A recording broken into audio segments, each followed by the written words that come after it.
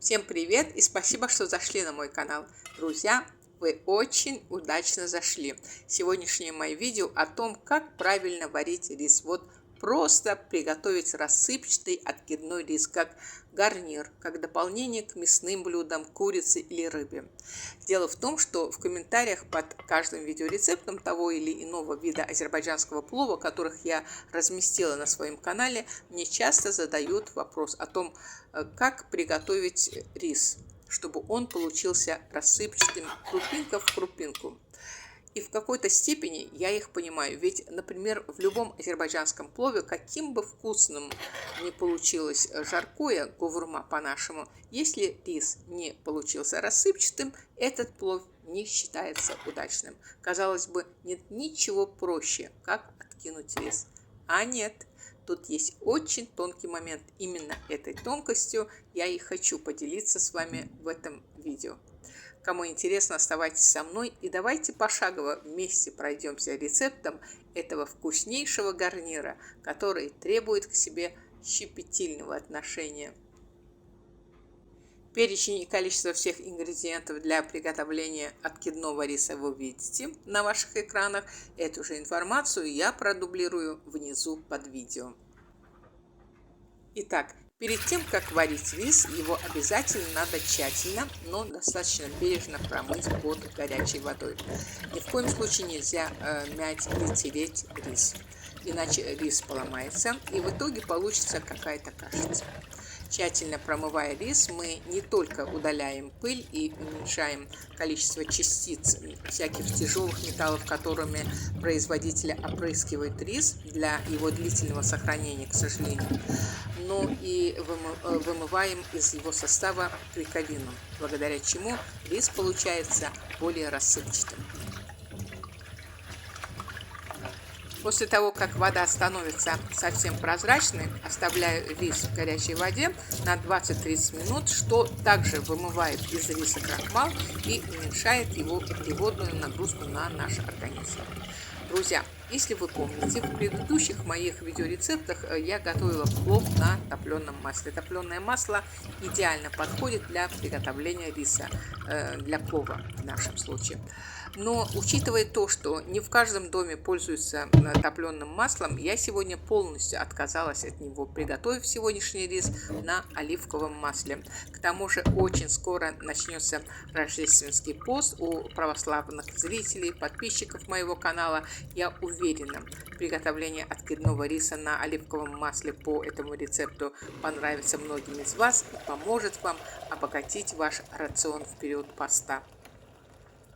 Друзья, я сегодня варю всего 1 стакан риса, а варить в таком, казалось бы, небольшом количестве рис я буду почти в 3-литровой кастрюле. Объем моей кастрюли 2,8 литра. Я сюда налила примерно 1,5 литра кипятка и щедро насыпала ее солью. Так как варить рис надо в широкой кастрюле, и его нельзя забивать в кастрюлю, как селедку в бочку. В целях экономии времени я использую кипяток. А варить рис надо на большом огне. Достаточно недолго, максимум 10, а еще лучше 7-8 минут, но это уже в зависимости от сорта риса. Но, еще раз повторюсь, на большом огне. Готовность риса можно также проверить на ощупь или на зубок. Вернее, даже не готовность, а полуготовность, если так можно выражаться. Да, откинутый в дуршлаг рис должен быть полусырым. Доходить до полной готовности рис должен путем томления. То есть, проверив его на зубок, можно понять, что рис уже не дубовый. Да, он слегка проваренный, но такой рис неприятно кушать по той простой причине, что он полусырой. Именно такой рис нам не нужен, так как доходить до полной готовности он должен путем томления. Откинутый в дуршлаг рис нельзя оставлять над горячей водой или даже кастрюлей. Дуршлаг с откинутым рисом надо положить на другую посуду, чтобы от лишнего воздействия горячего пара рис не приблизился до готовности, так как это может отразиться в текстуре конечного продукта. Я положила посуду, в которой будет томиться рис, на маленький огонь. Сама готовлю подложку. Сегодняшний вариант подложки самый практичный и доступный. Я ее буду готовить из картошки. Все предельно просто. Натираю картошку на крупной терке, солю и все. Самое легкое в приготовлении из всех легчайших подложек для риса готово. К этому времени кастрюля в меру согрелась. Наливаю туда пару столовой ложки оливкового масла и стелю на дно кастрюли кусочки картошки. В моем случае 2 картошин было достаточно. Вы ориентируйтесь под свою кастрюлю. Естественно, если донышко кастрюли широкое, то надо будет натирать 3-4 картошки, чтобы картошка полностью покрыла дно кастрюли. Друзья, при томлении рис нельзя просто положить в кастрюлю, так как какой бы огонь не был маленький, какая бы кастрюля ни была супер крутым антипригарным покрытием, при длительном контакте с горячим металлом нижний слой риса поменяет свою структуру. Вот хотите вы этого или нет. Нижние крупинки риса станут твердыми, как стекло. Поэтому советую не лениться и подложить на дно кастрюлю хоть какую-то подложку. Спустя 5-6 минут после того, как подложила кусочки картошки на дно кастрюли, насыпаю часть риса на подложку.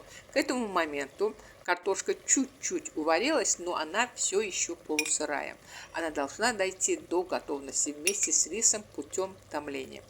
Теперь сверху риса наливаю 1 столовую ложку оливкового масла и 2-3 столовые ложки воды. Затем вновь закладываю рис, сверху риса наливаю масло и воду. Благодаря такому закладыванию риса в кастрюлю, где он будет томиться, на выходе можно получить рассыпчатый рис крупинка в крупинку. Масло не дает крупинкам риса прикрепляться друг к другу, а вода создает некий конденсат в кастрюле, что помогает рису томиться в пару и раскрыться. Если есть возможность заменить воду на отвар с шафраном или хотя бы с куркумой, то рис получится не просто рассыпчатым, а еще и безумно ароматным. Но я не стала сегодня этого делать, так как я сегодня готовлю самый простой и базовый вариант откидного риса. Я даже не стала готовить традиционную подложку для риса, в состав которого кроме топленого масла входит еще сметана и яйцо. Но это уже из тех соображений, что я сегодня готовлю постный гарнир. Ну что, друзья, вуаля, мой рис готов. Томился он около часа на тихом огне. За это время я 3-4 раза сливала воду, которая накапливалась на крышке кастрюли. Надеюсь, технические параметры моей камеры способны передать, насколько рис получился рассыпчатым. Вот крупинка в крупинку. А подложка из, казалось бы, самого простого и бюджетного продукта, как картошка, это отдельная песня. Конечно, я подготовила к рису гарнир. Он тоже постный. А это жаркое из тыквы, замороженной алычи и кизила, рецептом которого я поделюсь с вами в одном из следующих видео, так как приготовление правильного откидного риса с рассыпчатым эффектом в конце было основной и главной темой этого видео.